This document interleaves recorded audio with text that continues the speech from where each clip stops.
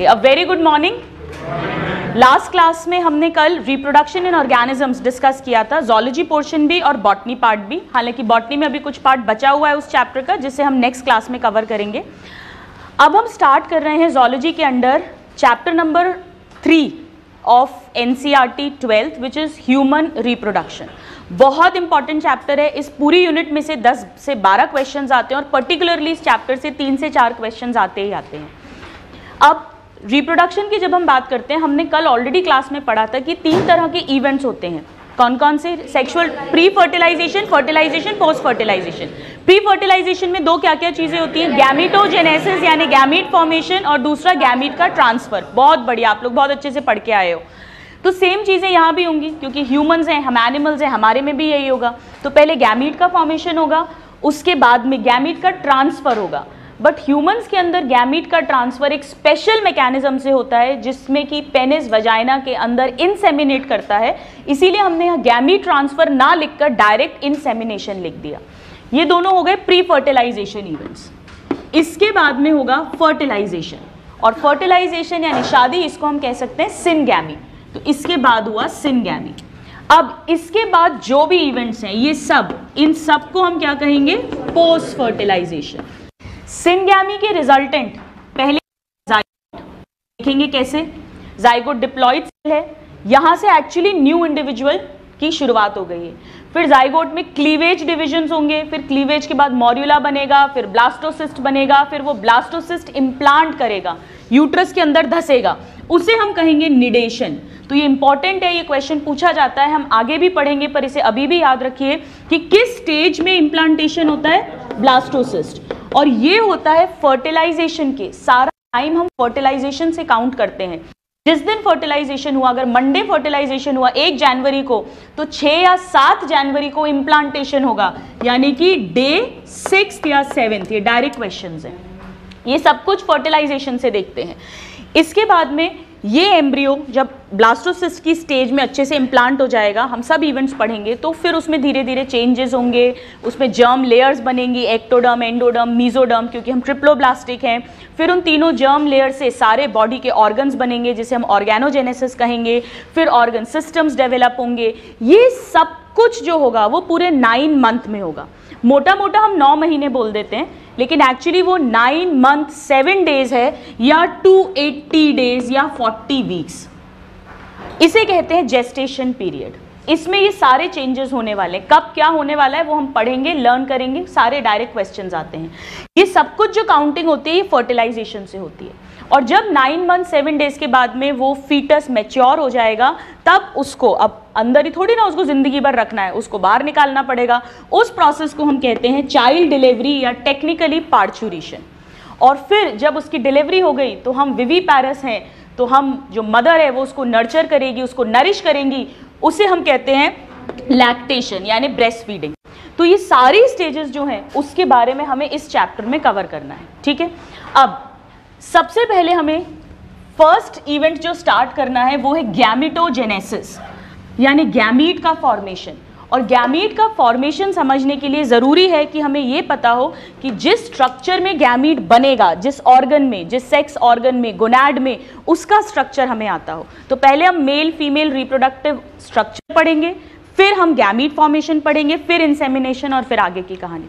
तो मैं स्टार्ट करती हूँ पहले मेल रिप्रोडक्टिव सिस्टम से। मेल रिप्रोडक्टिव सिस्टम, हर वर्ड, हर लाइन जो इस क्लास में मैं बोलूंगी उस पर क्वेश्चन आता है, आया हुआ है। मेल रिप्रोडक्टिव सिस्टम की बात करें तो जो सेक्स ऑर्गन है, यानी गोनैड, यानी जो प्राइमरी सेक्स ऑर्गन है, वो क्या होता है? टेस्टिस। प्राइमरी सेक्स ऑर्गन का मतलब पूछते हैं। प्राइमरी सेक्स ऑर्गन उस ऑर्गन को बोलते हैं जिसमें 2 काम होते हैं। नंबर 1, एक गैमीट बनेगा, जैसे फीमेल्स में ओवरी है तो उसमें एग बनना चाहिए, इसमें स्पर्म बनना चाहिए। और दूसरा, इसमें सेक्स हार्मोन प्रोड्यूस होना चाहिए, जैसे करें तो टेस्टोस्टेरॉन, जितने भी एंड्रोजन्स हैं। या फीमेल्स में बात करें तो ओवरी से ईस्ट्रोजन, प्रोजेस्टेरॉन वो रिलीज होना चाहिए। ये क्वेश्चन आता है, ये 2 क्राइटेरिया जो फुलफिल करे वो होता है प्राइमरी सेक्स ऑर्गन, और मेल्स के केस में वो हो जाएगा। ये जो टेस्टिस है ये स्क्रॉटम के अंदर रहता है, और अगर मेल की बॉडी को कोई बाहर से देखे एक्सटर्नली, तो हमें एक तो स्क्रॉटम दिखता है, पेनिस नहीं दिखता, सॉरी ये टेस्टिस नहीं दिखता, वो तो स्क्रॉटम के अंदर है, लेकिन स्क्रॉटम बाहर से आप देख सकते हैं और पेनिस बाहर से देख सकते हैं, बाहर से देख सकते हैं, इसीलिए ये हो गए एक्सटर्नल जेनिटिलिया। तो इसमें पेनिस आ जाएगा और स्क्रॉटम आ जाएगा, ठीक है। फिर उसके बाद में टेस्टिस में तो स्पर्म प्रोड्यूस होगा, लेकिन वो स्पर्म को हमें पेनिस तक पहुंचाना है, जहां फाइनल ओपनिंग है, जिसके थ्रू वो स्पर्म्स रिलीज होंगे और फीमेल वजाइनल ट्रैक्ट के अंदर डिपॉजिट होंगे। तो हमें एक डक्ट का सिस्टम चाहिए, कह देंगे accessory ducts. And last but not the least, ये स्पर्म्स अकेले नहीं जा सकते हैं, इनको खाना पीना भी चाहिए, इनको अपनी सवारी भी चाहिए। भाई ये दूसरे देश में जा रहे हैं, फीमेल वजाइनल ट्रैक्ट में जा रहे हैं, वहाँ भरोसा नहीं है, खाना पीना मिले, सवारी मिले, मदद मिले, नहीं मिले, तो ये सब कुछ इनको जुगाड़ जो है वो ईश्वर ने खुद ही दे रखा है। यानी यहाँ पर मिलेंगे हमें ग्लैंड्स, आप एसेसरी ग्लैंड्स भी नाम लिख सकते हैं, ठीक है। ये सब कुछ हमें कवर करना है और कैसे कैसे क्वेश्चंस आते हैं। मैं स्टार्ट करती हूँ टेस्टिस से। अब टेस्टिस जो है, पहला क्वेश्चन, टेस्टिस जो है ये बोलना नहीं है, जब पूछे तब बोलना है, क्योंकि बाकियों को डिस्टर्ब होगा। ये 4 to 5 सेंटीमीटर लंबा है, पहला क्वेश्चन। दूसरा क्वेश्चन 2 to 3 सेंटीमीटर चौड़ा है। तीसरा क्वेश्चन, इसकी लोकेशन ये स्क्रॉटम में है, यानी इनसाइड द बॉडी या outside the body, outside the body, इसे कहते हैं एक्स आउटसाइड, मतलब हमारा जो मेन बॉडी है उसके बाहर स्क्रॉटम लटके हुए हैं। सो दिस इज कॉल्ड कि ये बॉडी के बाहर है। अब ये क्यों बॉडी के बाहर है? बॉडी के बाहर मतलब एब्डोमेन के बाहर है, एब्डोमिनल कैविटी में नहीं है, यानी एक्स्ट्रा एब्डोमिनल स्ट्रक्चर है। और ये क्वेश्चन आप घिसा पिटाए आप सबको आता है, ये एक्स्ट्रा एब्डोमिनल इसलिए है क्योंकि इसके अंदर जो स्पर्म्स बनेंगे उसके लिए जो टेम्परेचर चाहिए वो अराउंड 34-35 डिग्री सेल्सियस होता है, और हमारी ह्यूमन बॉडी का टेम्परेचर 37 डिग्री सेल्सियस होता है। अब स्पर्म्स बनाने के लिए हम अपनी बॉडी का टेम्परेचर कम नहीं कर सकते क्योंकि बाकी प्रोसेसेस के लिए 37 चाहिए। तो नेचर ने क्या जुगाड़ किया कि इसको स्क्रॉटम के अंदर डिसेंड कर दिया ताकि वहां पर टेम्परेचर 2 to 2.5 डिग्री सेल्सियस कम रहे, which is essential must for sperm formation. जितने स्टार लगाने हैं उतना स्टार वाला ये क्वेश्चन है, सीधा सीधा, ठीक है। स्क्रॉटम में स्क्रॉटल सैक में रहेगा, कितने नंबर में होंगे? 2, 1 pair, 1 in right 1 in left, simple से क्वेश्चंस हैं। तो सपोज करो ये स्क्रॉटम है। अब पहला क्वेश्चन ये उठता है कि क्या ये इसी स्क्रॉटम के अंदर फॉर्म हुए या एब्डोमेन में फॉर्म हुए और फिर स्क्रॉटम में आए? तो ये फॉर्म होते हैं एब्डोमेन में, और प्रेगनेंसी के 7 मंथ से ये डिसेंड करना शुरू करते हैं और स्क्रॉटम में फाइनली डिसेंड कर जाते हैं। ये क्वेश्चन पूछा जाता है। अब अगर ये डिसेंड कर रहे हैं, मान लो यहाँ एब्डोमेन है, ये बॉडी के बाहर स्क्रॉटम है, तो भाई कोई पुल तो होना चाहिए ना जिसके थ्रू ये आएंगे। उस पुल का नाम है inguinal canal. So very very important question, testis descends from abdomen into scrotum through this inguinal canal. एक बार जब डिसेंड हो जाता है तो आपको क्या लगता है, क्या ये इंग्वाइनल कैनाल पूरी तरह बंद होनी चाहिए या पूरी तरह खुलनी चाहिए? ये ना पूरी खुलती है ना पूरी बंद होती है, थोड़ा तो बंद हो जाता है, फाइबर डिपॉजिट हो जाता है, वरना एब्डोमेन से पता पड़ा गलती से इंटेस्टाइन्स इसमें आ गई। और ये होता भी है। इंग्वाइनल हर्निया क्या है? हर्निया यही है जिसमें इंटेस्टाइन्स नीचे डिसेंड कर जाती हैं अपनी पोजीशन से। तो ये थोड़ा तो फाइब्रस होगा, लेकिन कुछ एरिया खुला भी होना चाहिए। वो क्यों खुला होना चाहिए? क्योंकि इसे ब्लड सप्लाई चाहिए, इसे नर्व सप्लाई चाहिए, और ब्लड वेसल्स तो हार्ट से आ रही है, अयोटा उसी की तो ब्रांचिंग है सारी, वो तो एब्डोमेन बॉडी के अंदर है। तो जो टेस्टिकुलर आर्टरी आनी है या यहाँ से टेस्टिकुलर वेन जाएगी जो इंफीरियर वेनी केवा में फिर जाकर ऐड करेगी डीऑक्सीजनेटेड ब्लड को, या जो नर्व्स आएंगी या जो लिम्फेटिक्स है वो सब के साथ भी तो इसका कनेक्शन रहना चाहिए। इसको बोलते हैं spermatic cord. This is spermatic cord. Question आता है, through spermatic cord testicular artery enters into testis, testicular vein exits into abdomen, nerves enter, lymphatics enter. ये 4 चीजें हमें पता होनी चाहिए। क्लियर है? आगे बढ़ूं। अब ये जब इसके अंदर है तो भाई यहाँ तो ग्रेविटी का इफेक्ट है, तो पता पड़ा ये तो लुढ़क गए, इधर आ गए। तो नेचर ने क्या किया है, यहाँ एक फाइब्रस बैंड बनाया है। ये क्वेश्चन आता है, ऐसा बैंड है जो टेस्टिस को किससे जोड़ रहा है? लोअर एंड ऑफ स्क्रॉटम से, और इसे कहते हैं गुबरनैकुलम। बिल्कुल फाइब्रस बैंड है, डायरेक्ट क्वेश्चन आता है।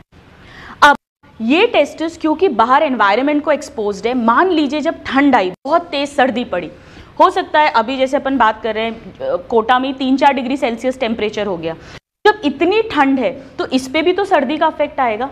तो पता पड़ा कि होना तो 35 डिग्री सेल्सियस चाहिए स्पर्म फॉर्मेशन के लिए, और ये 30 डिग्री सेल्सियस हो गया, इस पर भी स्पर्म फॉर्मेशन नहीं होगा। तो नेचर ने क्या किया है, इसको दो मसल्स दी हैं। एक दी है डार्टोज मसल जो सिर्फ स्क्रॉटम में रहती है, पूरे में रहती है, मैं एक रही हूँ, और एक दी है क्रीमास्टर मसल जो टेस्टिस राउंड भी रहती है और स्पर्मेटिक कॉर्ड की तरफ भी रहती है। तो दो मसल्स के नाम रटे होने चाहिए, एक डार्टोज और एक क्रीमास्टर। अब ये मसल्स क्या करती हैं, देखिए रटने की जरूरत नहीं है। सी से क्रीमास्टर, सी से कॉन्ट्रैक्शन, कोल्ड, यानी जब कोल्ड वेदर होगा ये मसल कॉन्ट्रैक्ट करेगी, और जब ये कॉन्ट्रैक्ट करेगी तो ये स्क्रॉटम को, टेस्टिस को थोड़ा सा अपनी तरफ पुल करेगी, क्योंकि देखो ये ऐसे लगी हुई है, तो ये इसको ऊपर की तरफ खींचेगी, यानी थोड़ा सा टुवर्ड्स बॉडी खींचेगी। बॉडी का टेम्परेचर तो 37 डिग्री सेल्सियस है, तो इसको थोड़ी सी गर्मी मिल जाएगी और इसका टेम्परेचर 35 पर मेंटेन रह पाएगा, जो स्पर्म फॉर्मेशन के लिए ज़रूरी है। सेम ऐसे ही डार्टोज मसल भी कॉन्ट्रैक्ट करेगी। अगर अपन ने ये याद कर लिया तो ये याद हो जाएगा, ये भी कॉन्ट्रैक्ट करेगी। ये जब कॉन्ट्रैक्ट करेगी तो ये स्क्रॉटम की स्किन के नीचे है, अंदर की तरफ है, तो स्किन भी कॉन्ट्रैक्ट करेगी, और स्किन कॉन्ट्रैक्ट करेगी तो उस पर झुर्रियाँ पड़ेंगी, रिंकल्स बनेंगे, और जब रिंकल्स बनेंगे तो सरफेस एरिया कम हो जाएगा, हीट का लॉस कम हो जाएगा, और यही तो हम चाहते हैं कि यहाँ पर एक गर्माहट बनी रहे, हीट का लॉस ना हो। सो वेरी वेरी इंपॉर्टेंट, बच्चे ये भूल जाते हैं कि कॉन्ट्रैक्ट करती है या रिलैक्स, सी से कोल्ड, सी से कॉन्ट्रैक्ट, सी से क्रीमास्टर, ये भी कॉन्ट्रैक्ट करेगी, और इस तरह से ये उसका टेम्परेचर मेंटेन रखते हैं। इतना क्लियर हुआ? अब पहले इन पॉइंट देखते हैं, फिर आगे बढ़ते हैं। अब ये सब आपके नोट्स में लिखा हुआ है, आपको कुछ लिखना नहीं है, बस यहाँ देखते जाओ, इस पर मैं बाद में आती हूँ। टेस्टिस, इसकी length, width, number, position, why it is placed, Oval shape है, और टेस्टिस की कवरिंग होगी मीसोऑर्कियम। ऑर्किड वर्ड टेस्टिस के लिए यूज करते हैं, so it is covered by mesorchium. Spermatic cord हमने पढ़ लिया, गुबरनैकुलम पढ़ लिया, डार्टोस, क्रीमास्टर, मसल हमने पढ़ ली। लास्ट पॉइंट अभी नहीं बताया है क्योंकि वो ऐसे नहीं दिखेगा। अब हम टेस्टिस को लॉन्गिट्यूडनली कट करेंगे, लंबे में कट करेंगे, तो हमें क्या दिखेगा। तो ये मैं एक टेस्टिस बनाती हूँ लंबे में, ये मैंने एलएस बनाया, ये तो अभी बाहर से देख रहे थे, अब हमने उसको एलएस कट किया। क्या दिखेगा हमें, हम जानते हैं हर ऑर्गन के चारों तरफ पेरिटोनियम होती है, डबल लेयर्ड मेम्ब्रेन होती है, इसके भी चारों तरफ होगी। तो इसके चारों तरफ एक तो ये कवरिंग है सपोज, और एक और टफ सी कवरिंग है ये डबल लेयर वाली, इस तरह से। ये जो कवरिंग है जो जस्ट टेस्टिस की सरफेस के बाहर है, प्लीज ध्यान रखिए, वेरी वेरी इंपॉर्टेंट, इसे कहते हैं ट्यूनिका। ट्यूनिका मतलब ट्यूनिक, जैसे शुरू में स्कूल में ट्यूनिक पहनते थे, ट्यूनिक मतलब एक कवरिंग। सो ट्यूनिका एल्ब्यूजीनिया, क्या बोलते हैं, ट्यूनिका एल्ब्यूजीनिया, और बाहर वाली को ट्यूनिका वजाइनैलिस। अब ध्यान रखो, नाम है ट्यूनिका वजाइनैलिस, पर ये टेस्टिस की कवरिंग है, वजाइना फीमेल रिप्रोडक्टिव ट्रैक्ट से कोई लेना देना नहीं है। इसकी दो लेयर है, वही विसरल हो जाएगी, पैराइटल हो जाएगी, बीच में ये स्पेस हो जाएगी। इसी में ये क्यों है, ये एक शॉक एब्जॉर्बर की तरह, ताकि अगर कभी चोट लगे, दचका लगे, तो यहाँ पर जैसे तकिया रख लो आप और फिर कोई मुक्का मारे तो वो तकिया उसका शॉक ले लेगा, आपके मुंह तक नहीं आएगा। ये वैसे ही शॉक एब्जॉर्बर की तरह काम कर रहा है। और ये कैसे काम करेगा, क्योंकि इसमें फ्लूइड भरा हुआ है, तो उस पर शॉक चला जाएगा।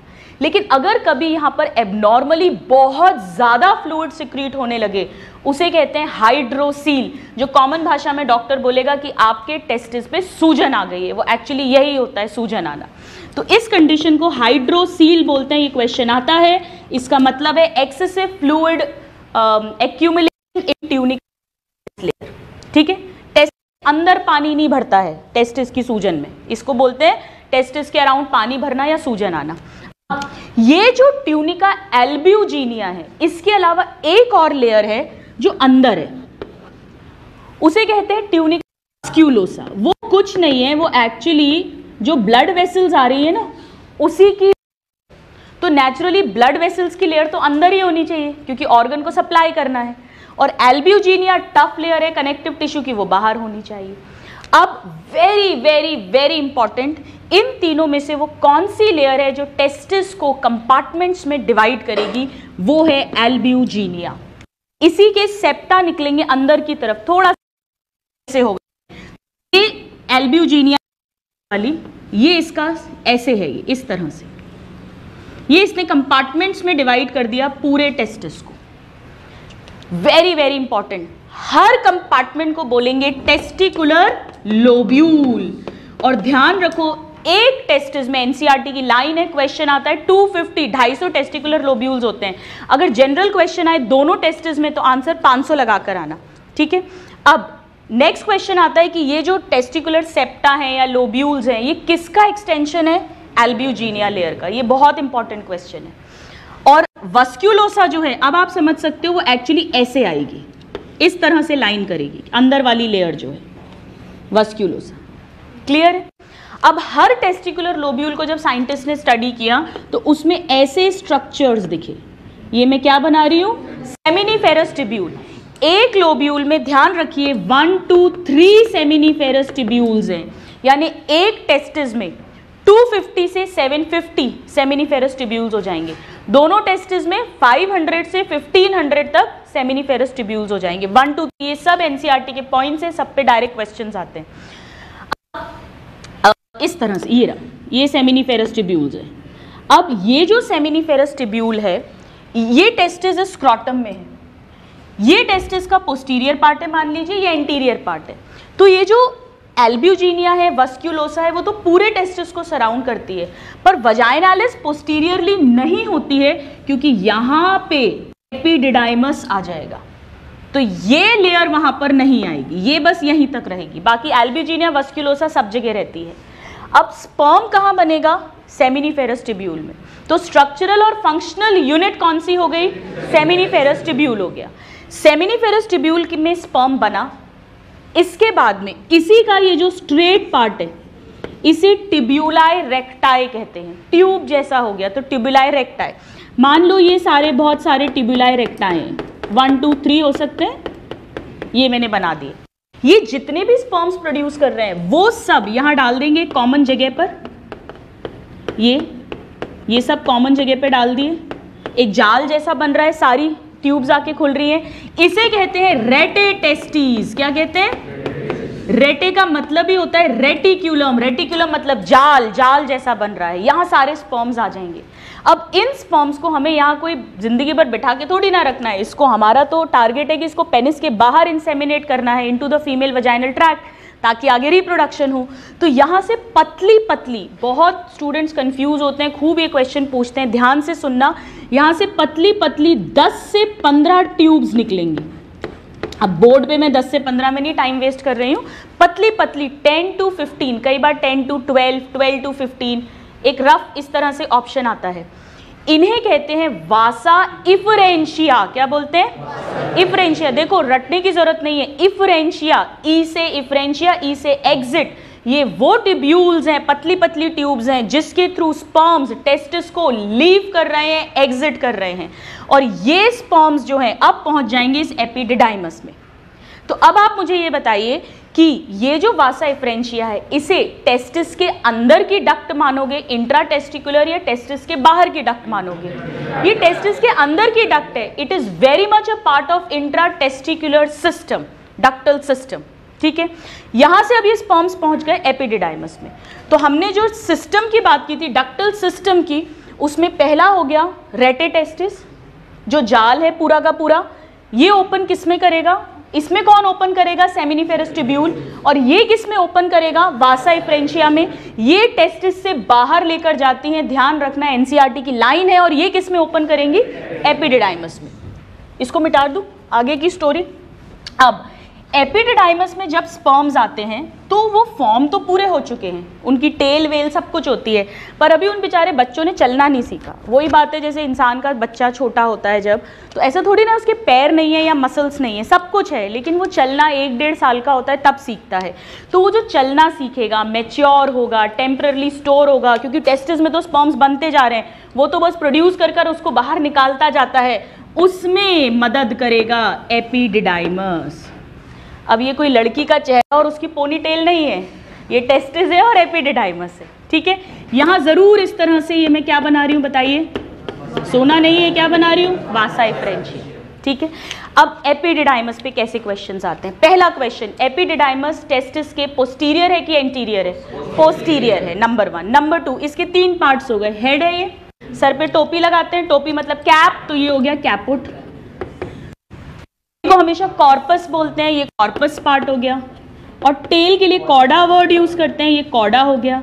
तो नामकरण हो जाएगा कैपुट एपिडिडाइमस, कॉर्पोरा एपिडिडाइमस और कॉर्डा एपिडिडाइमस। ठीक है, यहाँ पे ध्यान रखो, वेरी वेरी वेरी इंपॉर्टेंट, यहाँ पर स्पर्म्स टेम्पररी स्टोर होंगे और मैच्योर होंगे। मैच्योर मतलब उन्हें चलना सिखाया जाएगा, इन राजकुमारों की यहाँ पर ट्रेनिंग होगी। ठीक है, अब यहाँ से फिर जो डक्ट निकलेगी, जो उस स्पर्मेटिक कॉर्ड के थ्रू एब्डोमेन में जाएगी, क्योंकि हमें पेनिस तक पहुंचना है, यानी एब्डोमेन के रास्ते से होते हुए जाना पड़ेगा। वही स्पर्मेटिक कॉर्ड जिसके through blood vessels, nerves, lymphatics, ये सब टेस्टिस तक आ रहा है, उसी के थ्रू, क्योंकि रास्ता एक ही है, उसी पुल से जाना है, बस एक ही पुल है और कुछ भी नहीं है दूसरे गांव जाने का। इसे कहते हैं वासा डिफरेंस या डिफरेंशिया। ये इफरेंशिया है, ये डिफरेंशिया है, बाकी वासा वर्ड दोनों में कॉमन है। तो क्वेश्चन आता है कि वासा डिफरेंशिया जो है वो कहां से, किस डक्ट से अराइज हो रही है? एपिडिडाइमस। और अच्छा बोलना है तो किस पार्ट से हो रही है? टेल या कॉर्डल पार्ट से। ये क्वेश्चन आता है। कौन सी डक्ट है जो स्पर्म्स को एब्डोमेन में लेकर जाती है? वासा डिफरेंशिया। ये एब्डोमेन में ले गई। चलो इतना देखते हैं। सो एपिडिडाइमस हाईली कॉइल्ड है। देखो क्यों कॉइल्ड है, ये 6 मीटर लंबा होता है एपिडिडाइमस। टेस्टिस कितना बताया था? 4 to 5 सेंटीमीटर। टेस्टिस है सेंटीमीटर, 4 ले लेते हैं, 4 सेंटीमीटर, और ये है 6 मीटर, मतलब कितना सेंटीमीटर हो गया? 1 मीटर में कितने सेंटीमीटर होते हैं? हाँ, तो 1000 मत बोलो यार, 6000 है तो बिल्कुल, तुम लोग तो हार्ट अटैक देने वाली बात कर रहे हो सुबह सुबह। तो 600 सेंटीमीटर और ये 4 सेंटीमीटर, और उसको इसके पोस्टीरियर सरफेस पर एकोमोडेट होना है, तो नेचुरली ये कॉइल्ड होगा। और कॉइल्ड क्या, भयंकर कॉइल्ड होगा। ये क्वेश्चन आता है। It is highly coiled, posterior surface पर है। 3 पार्ट्स हो गए, टेम्पररी स्टोरेज एंड मैचुरेशन हो गया, फिर ये वासा डिफरेंशिया में खुलेगा। वासा डिफरेंशिया कॉर्डा एपिडिडाइमस का एक्सटेंशन है और ये एब्डोमिनल कैविटी में स्पर्म्स को लेकर जाएगा। इतना क्लियर है? जब हम स्टेरिलाइजेशन करते हैं मेल्स का, तो यही वासा डिफरेंशिया का लूप बनाकर टाई करके कट कर देते हैं, तो स्पर्म्स फॉर्म तो होते हैं पर एब्डोमेन तक नहीं पहुंच पाते हैं, जिसको नसबंदी बोलते हैं मेल्स में जो स्टेरिलाइजेशन होता है। अब ये जो वासा डिफरेंशिया है ये एब्डोमेन में पहुंची। एब्डोमेन में ऑलरेडी उस मेल की 2 किडनी होंगी, किडनी से यूरेटर निकल रहे होंगे, वो यूरिनरी ब्लैडर में जा रहे होंगे। तो मान लीजिए कि ये यूरेटर्स हैं, ब्लैडर है, और यहाँ से यूरेथ्रा होगा, यूरिन का सिस्टम। ये इधर का टेस्टिस, इधर का टेस्टिस, इसका स्क्रोटम, इसका स्क्रोटम, ये सपोज इधर एपिडिडाइमस, इधर एपिडिडाइमस पोस्टीरियर सरफेस पे। ये यहाँ की वासा डिफरेंस निकली, ऐसे ही वहाँ से निकलेगी। ये एब्डोमेन में पहुँची। एब्डोमेन में जाने के बाद ये थोड़ा सा इमेजिन करना, ब्लैडर के पीछे से आएगी। पीछे है, ब्लैडर के अंदर नहीं घुस रही है। डायग्राम में ऐसा दिखता है, ये ब्लैडर के पीछे है, और ब्लैडर के ही पीछे दोनों तरफ एक एक ग्लैंड है जिसे कहते हैं सेमिनल वेसिकल। तो डायग्राम में तो हम ऐसे दिखाते हैं, पर एक्चुअली ये ब्लैडर के पीछे है, उसके अंदर नहीं घुसा हुआ है। इसे कहते हैं सेमिनल वेसिकल। और ये ग्लैंड है तो ये भी कुछ प्रोड्यूस कर रहा है, जिसे हम इसका सेमिनल वेसिकल का सिक्रीशन फ्लूइड कह सकते हैं। ये वाला डिफरेंस स्पर्म्स लेकर इधर आई, इसने अपने सिक्रीशंस निकाले, और इन दोनों ने मिलकर जो डक्ट बनाई इसे कहते हैं इजैक्यूलेटरी डक्ट। हजारों बार क्वेश्चन आया हुआ है। इजैक्यूलेटरी डक्ट कैसे बनती है? Bye joining of Vasa difference with seminal vesicle duct. अब ये आगे चले दोनों मिल बांट के, यहां पर एक और ग्लैंड है, प्रोस्टेट ग्लैंड। इसने भी कहा लो भाई साई बधाई, मेरा भी सामान लेते हुए जाओ, जा ही रहे हो तो। फिर नीचे एक और ग्लैंड मिले, बल्बो यूरेथ्रल या काउपर्स ग्लैंड। इन्होंने कहा मेरा भी सामान ले लो। ऊपर से ये जो यूरिन आ रही है ये तो यूरेथ्रा के थ्रू आ ही रही है, और ये सब इस पेनिस के थ्रू बाहर आ जाएंगे, यहाँ ओपनिंग होगी। तो यूरेथ्रा जो है ये पेनिस के थ्रू यूरेथ्रा पास हो रहा है, जिसमें यूरिन भी है और स्पर्म्स भी हैं। पर अब वो स्पर्म्स अकेले नहीं हैं, उन स्पर्म्स के साथ सेमिनल वेसिकल, प्रोस्टेट और काउपर तीनों के प्रोडक्शन सिक्रीशन है, और इस कंबाइंड प्रोडक्शन हाउस को सीमन कहते हैं। तो ये क्वेश्चन आता है, semen is equal to sperms plus secretion of all these 3 glands.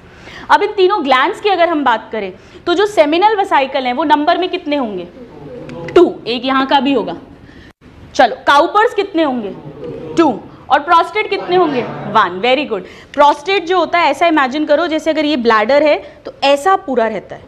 तो फोटो में तो हम ऐसा दिखा रहे हैं पर ये 2 नहीं है, ये एक है। चेस्ट नट शेप का, काजू के शेप का, हार्ट शेप का, सिंगल। ये क्वेश्चन पूछते हैं विच gland is present at the base of bladder, question आता है prostate gland is present. Numbering पूछते हैं, इनकी पेयर में पूछते हैं। अब ये जो सीमन बना है जिसमें इन तीनों ग्लैंड का सिक्रीशन है, तो अब क्वेश्चन उठता है कौन कितना कंट्रीब्यूट करता है? क्या तीनों 33% करते हैं? नहीं। देखो याद रखने का तरीका, जो सबसे ऊपर है वो सबसे ज्यादा, फिर उससे कम, फिर उससे कम। तो क्वेश्चन आता है 60 to 70%, ये 25-30% और बचा कुचा 5-10-15% ये दे देगा। आपको तो बस आइडेंटिफाई करना आना सबसे ज्यादा कौन करता है, ये क्वेश्चन पूछा जाता है। और ये बिल्कुल याद करना सिंपल है, जो सबसे पहले, फिर उसके नीचे, फिर उसके नीचे। नेक्स्ट क्वेश्चन जो आता है, ये जो स्पर्म्स आ रहे हैं, चलना तो सीख लिया इन्होंने, बहुत खुश हैं, हालांकि अभी चलते नहीं है। ये क्यों नहीं चलते? एटीपी खर्च होगी। फ्री फोकट में पक्का बनिया, मैं हमेशा बोलती हूँ ह्यूमन बॉडी पक्का मारवाड़ी बनिया है, ये बिल्कुल भी अपनी एनर्जी खर्च नहीं करते। अभी तो ये बस ऐसे ही तैरते हुए आ रहे हैं फ्लूइड में, लेकिन इनके पास खाना नहीं है। अभी तो ठीक है, मेल बॉडी है, इनकी खुद की बॉडी खिला रही है, पता नहीं फीमेल बॉडी में जाके खाना मिले कि नहीं मिले। तो यहाँ पर इनका खाने का जुगाड़ ये करते हैं, फ्रक्टोज। नॉर्मली जो रेस्पिरेटरी सबस्ट्रेट होता है वो ग्लूकोज होता है हम सबकी बॉडी में। ग्लूकोज में रेस्पिरेशन होता है, वो ग्लाइकोलिसिस, क्रेब्स साइकिल, और उससे एटीपी बनती है। बट स्पर्म्स के लिए स्पेशल खाना है फ्रक्टोज।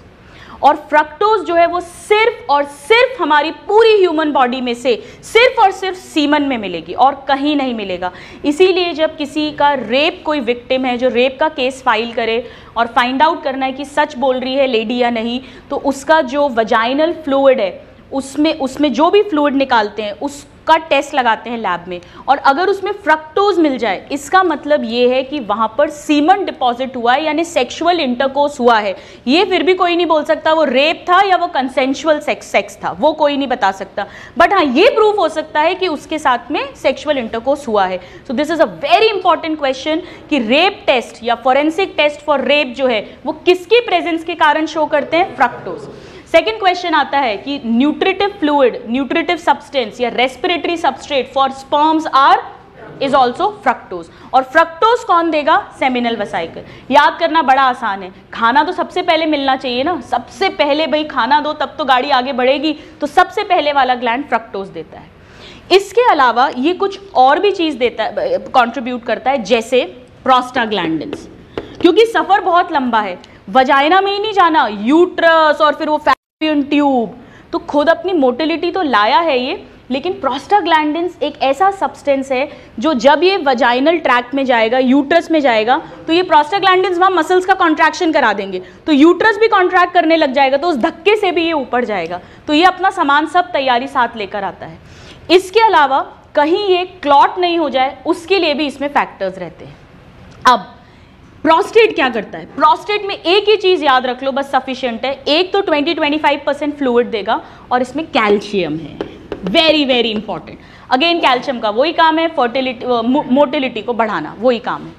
बल्बोयूरेथ्रल क्या करेगा? ये लुब्रिकेशन के लिए चीजें देगा, साथ में ये पेनिस की टिप को जब ये यहाँ ग्लैंड आएगा तो उसे भी लुब्रिकेट करके रखता है। और कई बार इजैक्यूलेशन के पहले, इजैक्यूलेशन का मतलब होता है जब पेनिस से फोर्सफुली सीमन रिलीज होता है, उस प्रोसेस को, उस घटना को इजैक्यूलेशन कहते हैं। कई बार इजैक्यूलेशन के पहले ही कुछ फ्लूइड रिलीज हो जाता है, वो सीमन नहीं है, सीमन के रिलीज को इजैक्यूलेशन कहते हैं, उसे प्री इजैक्यूलेटरी फ्लूइड कह सकते हैं। वो एक्चुअली ये काउपर का ही सिक्रीशन होता है। और कई बार जब कॉन्ट्रासेप्शन के लिए जब कपल्स आते हैं, और कई कपल्स हैं जो नेचुरल कॉन्ट्रासेप्शन यूज कर रहे हैं, यानी कि withdrawal of penis from the vagina before ejaculation, उनमें भी प्रेगनेंसी हो जाती है। तब फिर हम उन्हें एक्सप्लेन करते हैं, वो बोलते हैं ऐसा कैसे हो सकता है, हमने तो विड्रॉ कर लिया था before ejaculation. Then we counsel them that it is because of this pre ejaculatory fluid, क्योंकि उसमें भी स्पर्म्स तो आ ही रहे हैं ना, तो एक ही तो स्पर्म चाहिए प्रेगनेंसी के लिए, so that can happen, right. So pre ejaculatory fluid जो है उसमें ये कंट्रीब्यूट कर रहा है काउपर्स, बट रटा होना चाहिए यहाँ पे फ्रक्टोज और प्रोस्टाग्लैंडिन्स और यहाँ पर कैल्शियम।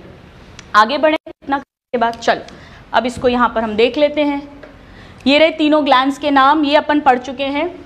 नाउ टेस्टिस की हमने बात कर ली। हाँ, टेस्टिस में ध्यान रखना कि एलिफेंट्स, व्हेल और जो ओवीपैरस मैमल्स हैं, प्लैटिपस इकिडना, इनके टेस्टिस अभी भी एब्डोमेन के अंदर हैं। इनमें इंट्रा एब्डोमिनल टेस्टिस होता है। ये डायरेक्ट क्वेश्चन आता है, इस पे अभी आते हैं बाद में। ये मैं आपको एक्सप्लेन कर चुकी हूँ ऑलरेडी। डायग्राम स्किप करूँ, मैंने बना के दिखा दिया है आपको। ये एनसीईआरटी का डायग्राम है। देखो, आज जाकर घर पे देखना और उसकी लेबलिंग तक आनी चाहिए। वो क्या करेंगे, ABCD करके या तो लेबल करने को दे देंगे, या आपको ABCD करेंगे और उसका नाम और फंक्शन, तो ऐसे करके पूछ सकते हैं। तो दोनों तरीके से अपने को पहचानना आना चाहिए और फिर उसका फंक्शन आना चाहिए। सो यहाँ पर अब आप लोग बताना, वैसे तो इतनी ईमानदारी बरतना थोड़ा मुश्किल है इंसानी जज्बे के लिए, लेकिन फिर भी कोशिश करना कि लेबलिंग ना देखकर सिर्फ फोटो पे कंसंट्रेट करो और आंसर करो। चलो, ये बताओ क्या है? यूरेथ्रा, बहुत बढ़िया। ये बताइए क्या है? बहुत बढ़िया। ये बताओ छोटा सा छुटकू क्या है? बहुत बढ़िया। ये क्या है? ब्लैडर है। अच्छा, ये क्या है? अच्छा, ये क्या है? पूरा पेनिस। ये क्या है? स्क्रॉटम। ये पूरा स्क्रॉटम है। चलो, ये क्या है? एपिडिडाइमस। बहुत बढ़िया। ये क्या है? ये वासा इफरेंशिया। चलो, बहुत बढ़िया। अभी बाकी स्ट्रक्चर्स पर आते हैं अपन। तो ये सब हमने पढ़ लिया, ये सारा कुछ पढ़ लिया है, ये पूरा मैंने आपको बता दिया, ये भी बता दिया। अब हम आते हैं पेनिस पे। तो डक्टल सिस्टम हमने देख लिया। डक्टल सिस्टम में सबसे पहले सेमिनिफेरस ट्यूब्यूल से निकल के रेटेटेस्टिस, वहां से शुरू होगा। रेटेटेस्टिस के बाद बोलते जाओ वासा इफ्रेंशिया, फिर एपिडिडाइमस, फिर वासा डिफरेंस, फिर इजैकुलेटरी डक्ट, यूरेथ्रा, पेनिस के थ्रू बाहर सीमन। अब स्क्रॉटम के बारे में तो कुछ नहीं पढ़ना, बस वन पेयर है जिसके अंदर टेस्टिस है, बॉडी के बाहर है, थैले जैसा, सैक जैसा स्ट्रक्चर है। पर पेनिस के बारे में हमें पढ़ना है और इस पे क्वेश्चंस आते हैं। पहला क्वेश्चन, पेनिस जो है, जैसे सपोज ये पेनिस बनाया, इसके थ्रू यूरेथ्रा पास हो रहा है। पेनिस आगे जाकर टिप पे जाकर ऐसा चौड़ा हो जाता है, इसे कहते हैं ग्लांस पेनिस। पहला क्वेश्चन। तो ग्लांस पेनिस अलग से कुछ भी नहीं है, बस पेनिस की जो फ्रंट है वो वाइड हो गया, उसे ग्लांस पेनिस कहते हैं। और यहाँ की स्किन थोड़ी सी लूज होती है, लूज स्किन को हम फोरस्किन या प्रेप्यूस कहते हैं। कई बार जब रिलीजन कन्वर्जन करते हैं तो उसमें भी इसी का सर्कमसिजन या कटिंग करते हैं, उस पर अपन नहीं जाते। So loose retractable thin skin of anterior end of penis is called foreskin और प्रेप्यूस। इसके दो काम हैं। एक तो इसे इंसेमिनेशन करना है, यानी यही सीमन को फीमेल वजाइनल ट्रैक्ट के अंदर पहुंचाएगा। और दूसरा, ये सेक्सुअल अराउजल के लिए, सेक्सुअल प्लेजर के लिए भी रिस्पॉन्सिबल होता है, यानी कि ये कॉप्यूलेटरी ऑर्गन है। कॉप्यूलेशन मतलब इंटरकोर्स, सो कॉप्यूलेटरी ऑर्गन है। वजाइना, फीमेल्स में कॉप्यूलेटरी ऑर्गन क्या होगा? अभी बोला मैंने, वजाइना, जो कॉप्यूलेशन में हेल्प कर रहा है, रोल प्ले कर रहा है। और ये इरेक्टाइल टिश्यू है, इरेक्शन करेगा, यही सेक्सुअल प्लेजर के लिए रिस्पॉन्सिबल है। फीमेल्स में क्या होता है? Clitoris, right. ये दोनों वहां दोनों स्ट्रक्चर्स अलग हैं, यहाँ दोनों काम ये कर रहा है। अब अगर सपोज करो कि ये हम एग्जाम्पल लें, ये पेनिस है मान लीजिए, और मैं इसका TS कट ऐसे कट करूं, तो मुझे क्या दिखेगा? दो गोले पीछे की तरफ, एक गोला आगे की तरफ, और आगे वाले गोले में एक छेद है जिसमें से एक ट्यूब जा रही है, छोटा सा छेद दिखेगा, क्योंकि मैं ऐसे काट के ऊपर से देख रही हूँ। बट एक्चुअली इसमें क्या है? दो सिलेंडर आ रहे हैं पीछे, एक सिलेंडर आ रहा है आगे, और उस आगे जो सिलेंडर आ रहा है उसमें एक पतली सी ट्यूब भी आ रही है। तभी तो ऐसा कट करने पर मुझे ऐसे गोले दिख रहे हैं। इमेजिन कर पा रहे हो, समझ पा रहे हो? तो कैसा दिखेगा अगर मैं इसका TS कट करूं? जैसे ये पेनिस है सपोज, दो गोले पीछे दिख रहे हैं, एक गोला आगे दिख रहा है, और इसमें एक छेद दिख रहा है। ये जो छेद है ये यूरेथ्रा है, जिसके थ्रू सीमन और यूरिन आ रहा है। This is urethra. और फ्रंट में जो सिलेंडर है इसे कहते हैं कॉर्पोरा स्पॉन्जियोसम। क्या कहते हैं? Corpora spongiosum. और इन दोनों को कहते हैं कॉर्पोरा कैवर्नोसा। एक को कॉर्पस, दोनों को कॉर्पोरा। अब इसमें एक्चुअली टिश्यू भरा, ये ऑर्गन है तो ऑर्गन टिश्यू का बना होगा। ये इरेक्टाइल टिश्यू है, इसकी प्रॉपर्टी है इरेक्शन कॉज करने की, तो ये सारा इरेक्टाइल टिश्यू भरा हुआ है। और एक्चुअली क्या होता है, जब सेक्सुअल इंटरकोर्स होता है, जब उस समय पर यहाँ पर बहुत तेजी के साथ ब्लड का फ्लो होता है, ब्लड सर्कुलेशन होता है। और यहाँ पर जब ब्लड सर्कुलेशन इतना तेजी के साथ में होता है, वैसोडाइलेशन होता है नाइट्रिक ऑक्साइड के कारण से, तो ये ऐसे डायलेट होंगे, ब्लड से भर जाएंगे, टाइट होंगे, जिस कारण से ये पेनिस हार्ड हो जाता है। इसे ही इरेक्शन ऑफ पेनिस कहते हैं। तो दो अलग अलग शब्द हैं और दोनों पे क्वेश्चंस आते हैं। एक है इरेक्शन और एक है इजैक्यूलेशन। इरेक्शन का मतलब होता है हार्डनिंग ऑफ पेनिस और इजैक्यूलेशन का मतलब होता है release of semen. Of course अगर इजैक्यूलेशन प्रॉपर होना है तो हार्डनिंग प्रॉपर होनी चाहिए। हार्डनिंग प्रॉपर क्यों होनी चाहिए? ताकि जो उसके अंदर प्रॉपरली अच्छे से ये इंसर्ट हो सके। कई बार जब like I am an infertility expert, तो हमारे पास जब पेशेंट्स आते हैं तो कई बार मेल्स में इजैक्यूलेटरी डिसफंक्शन होता है, यानी इरेक्शन तो हो रहा है पेनिस का पर सीमन वो रिलीज नहीं कर पाते, उसके पहले ही पेनिस लूज हो जाता है। या इरेक्शन प्रॉब्लम होती है जिस कारण से पेनिस हार्ड ही नहीं होता, तो प्रॉपरली वजाइना में इंसर्ट ही नहीं हो पाता और उस कारण से ठीक से स्पर्म्स डिपॉजिट नहीं हो पाते और प्रेगनेंसी नहीं हो पाती। तो ये दोनों अलग अलग शब्द हैं, ये हार्डनिंग ऑफ पेनिस, ये release of semen from penis.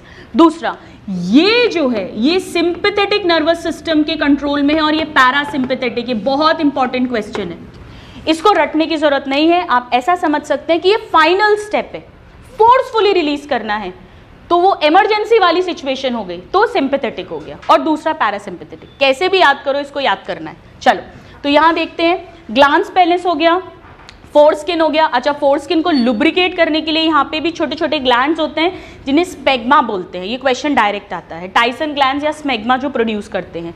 बाकी ऑफ कोर्स वो जो तीनों ग्लैंड के सिक्रीशंस आ रहे हैं वो तो लुब्रिकेट कर ही रहे हैं।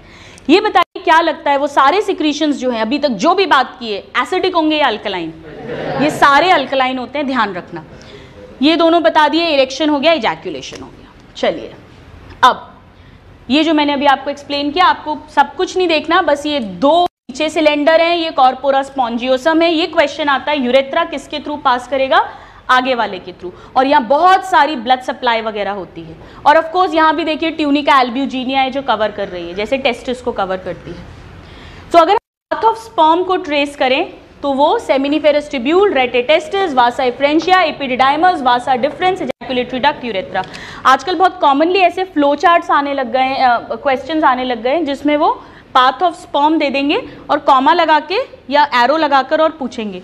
तो उनको सॉल्व करने का तरीका है एक एक करके देखते जाओ और जहां गलत मिले उसको आगे तक मत रीड करो, वो अपन सॉल्व कर लेंगे। बट ऐसे क्वेश्चंस बहुत आते हैं आजकल, path of urine, path of sperm, इस तरह से पूछते हैं। तो अगर हम पूरे सीमन के ट्रैक्ट की बात करें तो क्या हो जाएगा? सेमिनिफेरस ट्यूब्यूल्स, रेटेटेस्टिस, डक्टस या वासा एफ्रेंशिया, एपिडिडाइमस, वासा डिफरेंस। फिर वासा डिफरेंस में कौन ऐड करेगा? सेमिनल वेसाइकल बन गई, इजैकुलेटरी डक्ट। फिर कौन ऐड करेगा? प्रोस्टेट, फिर काउपर, फिर यूरेथ्रा और फिर पेनिस। तो इसके लिए एक बहुत सिंपल सी ट्रिक है। ये ट्रिक हालांकि पिछले साल ही बनाई थी और शायद उसके बाद वरुण धवन ने इसको बहुत सीरियसली भी ले लिया। पहले वो सिर्फ कॉमेडी पिक्चर करता था, अब तो वो बहुत वैरायटी ऑफ रोल्स करता है। तो उसको हमने ये सलाह दी थी, हम सब ने मिलकर, मैंने और सारे स्टूडेंट्स ने मिलकर, कि स्टार्ट डीप, थोड़ा डीप एक्टिंग शुरू करो वरुण धवन, समवेयर एग्जिट पुरानी कॉमेडी ऑफ योर पापा। और शायद उसने सीरियसली ले लिया, he is doing very good. तो इस तरह से आप पूरा सीमन के पाथ को ट्रेस कर सकते हैं। ठीक है, अब ये जो सारा स्ट्रक्चर अपन ने पढ़ा, ये अपन ने मेल रिप्रोडक्टिव सिस्टम की स्ट्रक्चरल पार्ट पढ़ा है। अब हमें ये देखना है कि टेस्टिस के अंदर स्पर्म्स कहाँ बनेंगे, कैसे बनेंगे। ये तो अपन ने ओवरऑल बाहर से सारा स्ट्रक्चर देख लिया है। हमें ये पता चल गया है कि सीमन में सिर्फ स्पर्म्स नहीं है, तीनों ग्लैंड्स के भी सिक्रीशंस हैं। अब अपन देखते हैं, पहले आप देखती हूँ क्या है नोट्स में, वो चीज़ पहले बताती हूँ।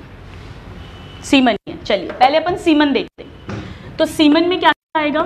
स्पर्म प्लस तीनों ग्लैंड्स के secretion, 60 to 70% seminal vesicle, 5 to 10% Cowper's gland, या दूसरा नाम, कहीं भी अगर दो नाम पढ़ाए हैं तो दोनों नाम आने चाहिए, ये इंपॉर्टेंट है। अब 1 ml सीमन में 100 मिलियन स्पर्म्स होते हैं, 100 मिलियन स्पर्म्स। भाई ये दुश्मन के इलाके में जा रहे हैं, इसीलिए इतने सारे बनाए जाते हैं, मर मरा कर एक ही पहुंच जाए वही बड़ी बात है। सो 1 ml में कितने हैं? 100 मिलियन। बट एक इजैक्यूलेशन जब होता है, एक बार जब रिलीज होता है, तो 2 to 3 ml सीमन रिलीज होता है। तो दोनों अलग अलग क्वेश्चन है। अगर पर ml पूछेंगे स्पर्म काउंट तो 100 मिलियन, लेकिन अगर पर इजैक्यूलेशन पूछेंगे तो कितना हो जाएगा, 200 से 300 मिलियन स्पर्म्स। ठीक है, अगर ये कम हुआ काउंट तो फर्टिलिटी में प्रॉब्लम हो सकती है। जैसे कि क्या क्या कंडीशंस हो सकती है, एक तो ये कंडीशन हो सकती है काउंट कम है। अब कम को हम क्या माने, कम के लिए कोई पैरामीटर होना चाहिए, हो सकता है कोई बोले 80 कम है मिलियन अगर है, कोई 50, तो एक जो स्टैंडर्ड हमने माना है वो 20 मिलियन या उससे कम पर ml, ये सब पर ml काउंट करते हैं। पर ml होने 100 मिलियन चाहिए, अगर 20 या उससे कम है, कम को ओलिगो कहते हैं, तो ये बन गया ओलिगोस्पर्मिया कंडीशन। सारे क्वेश्चंस आते हैं। लेकिन मान लीजिए काउंट तो बढ़िया है लेकिन मोटिलिटी नहीं है, तो भी वो सीमन रिलीज हुआ, वेजाइना में आए, लेकिन वो फैलोपियन ट्यूब तक पहुंच ही नहीं पाएंगे, तब भी प्रेगनेंसी होने में प्रॉब्लम होगी। तो अगर मोटिलिटी कम है तो उसे कहते हैं, मेरे साथ बोलिए, एस्थेनोस्पर्मिया। क्या कहते हैं, एस्थेनोस्पर्मिया। यहां मोटिलिटी कम है। हो सकता है मोटिलिटी भी बढ़िया है, काउंट भी अच्छा है, लेकिन वो आड़े टेढ़े हैं। आड़े टेढ़े मतलब किसी का सर ही नहीं है, गायब। अब भाई हेड ही नहीं होगा तो वो एक्रोसोम टोपी नहीं होगी तो वो एग को पियर्स ही नहीं कर पाएगा। न्यूक्लियस ही नहीं हुआ, पता पड़ा जेनेटिक मटेरियल ही उड़ गया, पता पड़ा मिडिल पीस ही नहीं डिफेक्टिव है, तो एनर्जी नहीं रहेगी। भले ही उसकी टेल है लेकिन वो मूव ही नहीं कर पाएगा, या पीछे की पूंछ कट गई। तो अगर मॉर्फोलॉजी, बनावट गड़बड़ है, मॉर्फोलॉजी गड़बड़ है, उसे कहते हैं टेरेटोजूस्पर्मिया। क्या बोलते हैं, टेरेटोजूस्पर्मिया। ये सारे क्वेश्चंस हैं। ठीक है, और मान लो अगर सीमन में स्पर्म्स हैं ही नहीं, अब वो कुछ भी कारण हो सकता है टेस्टिकुलर फेलियर है, टेस्टिस में बनते ही नहीं है किसी भी कारण से, हार्मोनल प्रॉब्लम कारण से, जेनेटिक्स के कारण से, तो उसे क्या कहेंगे, एजूस्पर्मिया, यानी नो स्पर्म्स इन सीमन। सीमन तो रिलीज हो रहा है पर स्पर्म्स नहीं है।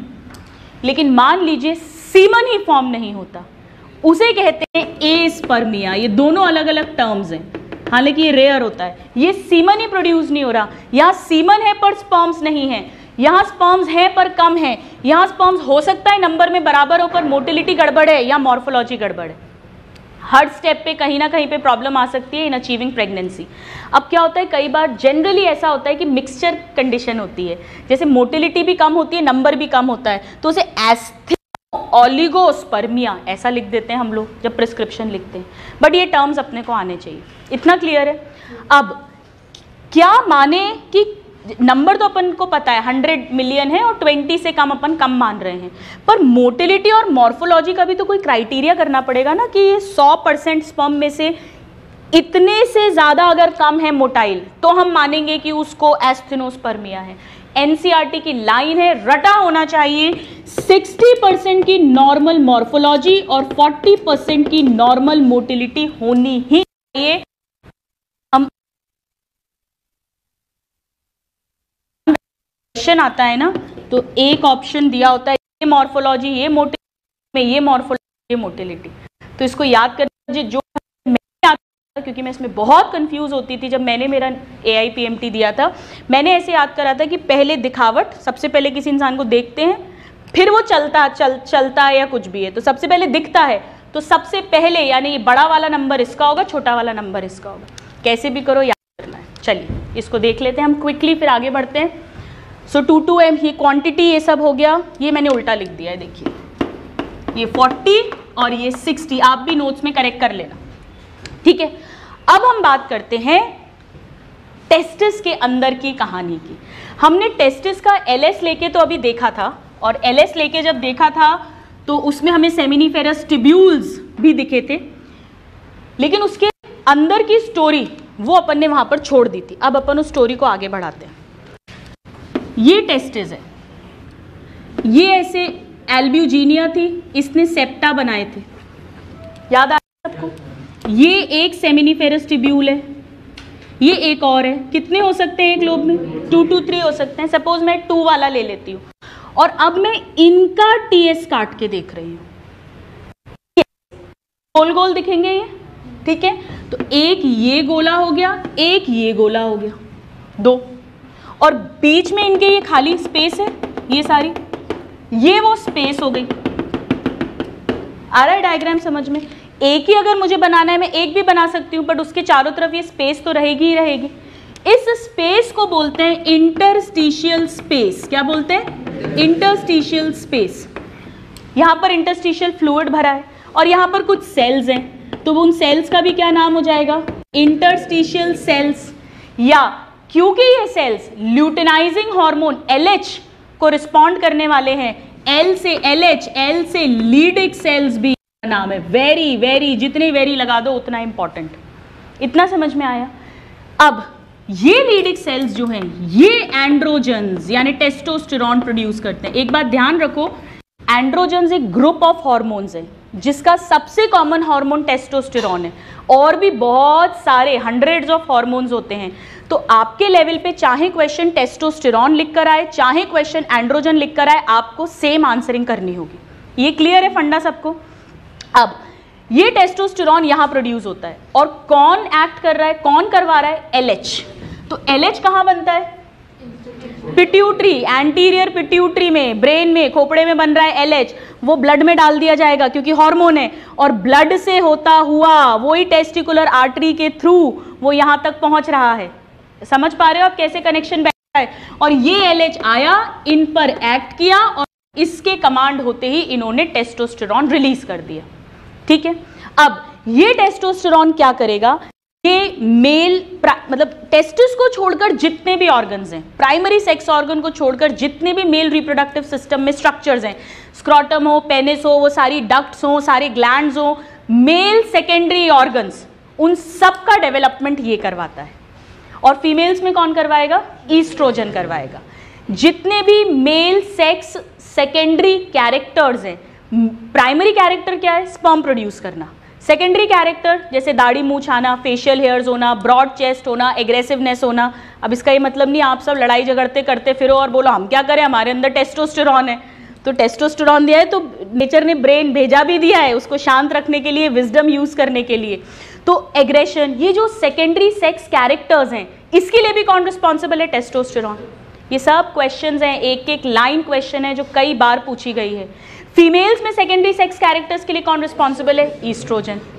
मेल्स में जो सेक्स डिजायर, लिबिडो होगा, उसके लिए भी कौन रिस्पॉन्सिबल है? टेस्टोस्टेरॉन। फीमेल्स में कौन रिस्पॉन्सिबल है? ईस्ट्रोजन। यहां पर टेस्टोस्टेरॉन रोल प्ले करेगा स्पर्म फॉर्मेशन में, पर पूरा रोल प्ले नहीं करता। स्पर्म फॉर्मेशन में FSH भी कंट्रीब्यूट करेगा। फीमेल्स में FSH फॉलिकल बनवाता है, और फिर फॉलिकल के अंदर जब एग बनता है वो ईस्ट्रोजन करवाता है। तो वहां भी ईस्ट्रोजन FSH मिलकर काम कर रहे हैं, यहां भी FSH टेस्टोस्टेरॉन मिलकर काम करेंगे। ये भी वही पिट्यूटरी से आ रहा है, ब्लड और टेस्टिकुलर आर्टरी के थ्रू होता हुआ आ रहा है। इतना समझ में आया? ये जो अंदर ये हमने क्या बनाया? सेमिनिफेरस ट्यूब्यूल बनाया है। इसको जब कट करके देखा तो इसमें दो तरह के सेल्स मिले। कुछ तो क्यूब लाइक थे, क्यूब मतलब लेंथ और ब्रेथ इक्वल, ऐसे क्यूब जैसे, और कुछ ऐसे लंबे लंबे सिलेंड्रिकल कॉलम जैसे सेल्स थे। दो तरह के सेल्स मिले और बीच में खाली जगह मिली। ये सब न्यूक्लियस है, ये खाली जगह मिली। ठीक है, इतना समझ में आया? ये एक्चुअली यहाँ की कहानी है, यहाँ होगी ये पूरी, अपन ऐसे TS करके देख रहे हैं। ये वाले जो क्यूब लाइक सेल है, सिंगल लेयर है। अगर सिंगल लेयर है तो मैं सिंपल बोलूं या कंपाउंड एपिथेलियम? सिंपल। तो ये सिंपल क्यूबॉइडल एपिथेलियम है, वेरी वेरी इंपॉर्टेंट। यही प्राइमरी जर्म सेल हैं जिन्हें स्पर्मेटोगोनिया कहते हैं, इन्हीं से स्पर्म्स बनने वाले हैं। तो अगर कोई पूछे कि मेल बॉडी में कौन सा ऑर्गन स्पर्म बनवाता है? टेस्टिस। टेस्टिस में कौन स्ट्रक्चर बनवाता है? Seminiferous tubule. और उसके कौन से सेल्स बनवाते हैं? प्राइमरी जर्म सेल, जो सिंपल क्यूबॉइडल है। ये तो स्पर्म बना देगा, बट उसको बेचारे को भूखा थोड़ी ना मारेंगे, आगे जाके तो उसे सेमिनल वेसाइकल खाना देने वाला है, फ्रक्टोज। पर तब तक ही अगर उसको खाना नहीं मिला तो वो तो पहले ही मर जाएगा। तो उसके खाने पीने के लिए ये मम्मियाँ हैं। मम्मी तो एक है, बाकी सब चाची ताई ये सब है उसके खाने पीने का व्यवस्था करने के लिए। ये नेचुरली, ये तो बच्चे या बड़ी, तो सर्टोली सेल्स लंबे, ये जर्म सेल्स छोटे। याद रखना बहुत आसान है, इसे कहते हैं सर्टोली सेल्स या ये खाना पीना देंगे तो नर्स सेल्स, या इसे सस्टेन करेंगे तो सस्टेंटैक्युलर सेल्स, ये सारे इसके नाम है, सब आने चाहिए, ठीक है। स्पर्म बनेगा यहाँ से, यानी स्पर्मेटोगोनिया अभी पढ़ेंगे थोड़ी देर में, primary spermatocyte, secondary spermatocyte, spermatid, sperm बनेगा इससे, इस लेयर से, और बनने के बाद जैसे ही वो बनेंगे वो अपना सर यहाँ धसा देंगे, जैसे ब्रेस्ट फीडिंग होती है वैसे ये धसा देंगे यहाँ पर, और यहाँ से फिर वो खाना लेंगे, न्यूट्रिशन लेंगे, बड़े होंगे। मोटिलिटी नहीं, चलना नहीं सीखा, वो तो यहाँ पर फिर आने वाले हैं एपिडिडाइमस, वहाँ पर होगा, उसको भेजा जाएगा गुरुकुल में सीखने के लिए, घर के बाहर, टेस्टिस के बाहर। अभी तो इसने खाना ले लिया है, नरिशमेंट का काम कर रहा है, और फिर ये जब अच्छे से नरिश हो जाएंगे, अब इनका बुलावा आ जाएगा, बोला अब चलो तुम जाओ, अब आगे सीखना है, युद्ध लड़ना वड़ना चलना सब सीखना है, काम धंधा करना है, तभी अपना सर बाहर निकालेंगे, सर बाहर निकालेंगे, इस फ्लूइड में आएंगे, और ये किस में खुल रहा है, वो ट्यूब लाइक स्ट्रक्चर ट्यूबुलाई रेक्टा है, वो किस में खुल रहा है, रेटिटेस्टिस, और ये सेमिनिफेरस ट्यूब्यूल से बाहर चले गए, मतलब यहाँ पर आ जाएंगे, इस जगह पर आ जाएंगे। इस प्रोसेस को कहते हैं स्पर्मिएशन। क्या कहते हैं? Very very very important question, कई बार क्वेश्चन आया हुआ है। स्पर्मिएशन का मतलब है जब स्पर्म अपने हेड को सर्टोली सेल से खींचेगा और सेमिनिफेरस ट्यूब्यूल से बाहर निकलेगा, उसे स्पर्मिएशन कहते हैं। और जो स्पर्म बनेगा उसे स्पर्मेटोजेनेसिस कहते हैं। उसमें जब स्पर्मेटिड से स्पर्म बनेगा, मैं आपको बताऊंगी, उसे स्पर्मियोजेनेसिस कहते हैं। तो पूरा स्पर्म का फॉर्मेशन स्पर्मेटोजेनेसिस, आखिरी वाला स्टेप स्पर्मेटिड से स्पर्म बनना स्पर्मियोजेनेसिस, और ये प्रोसेस स्पर्मिएशन। इन दोनों पे क्वेश्चन आया है, आई थिंक अभी 2 साल पहले ही स्पर्मियोजेनेसिस पे क्वेश्चन आया हुआ है, बहुत कॉमनली आता है। तो ये दोनों एनसीईआरटी अभी नहीं पढ़ना, घर पे अभी सिर्फ सुनो। एक इंसान एक बार में एक ही जगह कॉन्सेंट्रेट कर सकता है। So spermiation is a very very important term. इतना समझ में आया? अब मम्मी केवल इतना सा काम नहीं करती है, मम्मी के बहुत सारे काम होते हैं घर में, खाना बनाना तो होता ही है, पर बहुत सारे होते हैं। एक तो ये प्रोवाइड कर रहे हैं न्यूट्रिशन, दूसरा अगर कोई आड़े टेढ़े स्पर्म्स बन गए हैं, एबनॉर्मल स्पर्म्स बन गए हैं, भाई उनको क्यों खाना खिलाएं, उनको क्यों मोटिलिटी दें, कैल्शियम फ्रक्टोज क्यों उन पर बर्बाद करें, तो ये सेल्स उन्हें खा जाते हैं पहले ही। Very very important. So they phagocytise dead and abnormal sperms. Number 3, ये इनका साफ भी करते हैं, ये ब्लड और टेस्टिस के बीच में एक बैरियर की तरह काम करते हैं, इम्यूनिटी प्रोवाइड करते हैं। ब्लड टेस्टिस बैरियर या ब्लड सर्टोली सेल्स बैरियर बनाते हैं, ताकि ये जो अच्छे वाले स्पर्म्स हैं इनको कहीं ऐसा नहीं हो कि अपना ही इम्यून सिस्टम, नए नए बन रहे हैं फौरन समझकर। वेरी वेरी इंपॉर्टेंट, ये टेस्टोस्टेरोन महाराज यहां पर आएंगे बाहर से, क्योंकि स्पर्म फॉर्मेशन में है वाले हैं। ऐसा नहीं हो कि ये जैसे घुसने की देर है ये उसको पकड़ लेते हैं, उसके लिए जो प्रोटीन बनाते हैं वो भी यही बनाते हैं, androgen binding protein. Very very important, ताकि टेस्टोस्टेरोन को पकड़ के रखा जाए और वो अपना काम यहां पर कर सके, वरना वो नेचुरल टेंडेंसी होगी उसकी कि वो बाहर भागेगा। इसके अलावा 3 हार्मोन्स और प्रोड्यूस करते हैं। तो ये हो गया एबीपी, इनहिबिन। इनहिबिन क्यों? ताकि जब एफएसएच वर्क कर रहा है और वो स्पर्म्स बनवा रहा है, मान लो ओवर स्पर्म्स बनने लग गए, तो ये इनहिबिन ब्लड के थ्रू, हार्मोन है, ये ब्लड में डाल दिया जाएगा, वही टेस्टिकुलर वेन में डाल दिया जाएगा, इंफीरियर वेना केवा में जाएगा, हार्ट में जाएगा, अयोटा में आ जाएगा, फिर वहां से घूमता फिरता ये पिट्यूटरी में पहुंचेगा और वहां पर जाकर पिट्यूटरी को बोलेगा भाई एफएसएच बनाना बंद करो, हम पे ऑलरेडी बहुत स्पर्म्स हैं। डायरेक्ट क्वेश्चन आता है, इनहिबिन कौन सिक्रीट करता है? Sertoli cells. सेकंड क्वेश्चन, किसको इनहिबिट करता है? एफएसएच को। कब करता है? जब स्पर्म फॉर्मेशन ओवर हो गया है तब, फीडबैक इनहिबिशन जिसे हम कहते हैं। तीसरा, ये एक ऐसा हार्मोन बनाता है जिससे कि बिल्कुल क्लियर कट बॉडी को सिग्नल मिले कि ये मेल बॉडी है, फीमेल बॉडी नहीं है, यहाँ कोई फैलोपियन ट्यूब, कोई यूट्रस कुछ नहीं बनने वाला, सिर्फ और सिर्फ मेल स्ट्रक्चर्स बनेंगे। एंटी मुलेरियन हार्मोन, या एम से ही लिखना है तो Mullerian inhibitory hormone. Actually Mullerian duct वो होती है जिससे यूट्रस, फैलोपियन ट्यूब, ये सब फीमेल स्ट्रक्चर्स डेवलप होते हैं, उसको भी इनहिबिट करना जरूरी है, कहीं धोखे से वो नहीं बन जाए। तो ये सारे हार्मोन्स ये प्रोड्यूस करता है। इसके अलावा ये एक एंजाइम भी प्रोड्यूस करता है, एरोमेटेज। ये मैं इसलिए डिटेल में ले रही हूँ, हालांकि एनसीईआरटी में ये सब नहीं दिया, बट इन सब पे क्वेश्चंस आते हैं। एरोमेटेज क्या करता है? आपको जान के आश्चर्य होगा अगर आपने अभी तक नहीं पढ़ा है कि लिटिल अमाउंट में ईस्ट्रोजन भी चाहिए प्रॉपर स्पर्म्स बनने के लिए, उनके सस्टेनमेंट के लिए। और ईस्ट्रोजन हमेशा टेस्टोस्टेरॉन से बनता है, तो टेस्टोस्टेरॉन से ईस्ट्रोजन बनाने का जो काम है वो ये एरोमेटेज करता है, लिटिल अमाउंट ऑफ ईस्ट्रोजन। ये सब वेरी वेरी इंपॉर्टेंट रोल्स हैं सर्टोली सेल्स के। इस पर कोई लोड नहीं डाला गया, तुम तो भैया स्पर्म बनाओ, पता पड़ा दूसरे काम कुछ और दे दिया तो इसमें गड़बड़ कर दी, बाकी सारा काम सब काम सर्टोली सेल्स करते हैं। इतना क्लियर हुआ? चलिए इसको एक बार क्विकली देखते हैं फिर आगे बढ़ेंगे।